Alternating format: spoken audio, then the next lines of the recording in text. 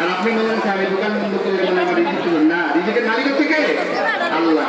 এবার বলতে মা তুমি কিসের দুর্লভন করতেছো? তুমি কিসের ভয় করছো মা?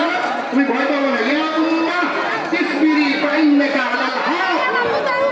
হে মা তুমি ভয় পাও না, তুমি ভয় সত্যের উপর আছো, লাভ দাও, তুমি মারা গেলেই জান্নাতে যাবে। সুবহানাল্লাহ। এই চারটে সন্তান, আমরা কয়টা সন্তানের কথা জানতে পারলাম? কথা বলতে যে বল, এক নম্বর হচ্ছে ঈসা আলাইহিস সালাম। কিছু বলেন না, বল ঈসা। দুই নম্বর হচ্ছে কি বলুন তো?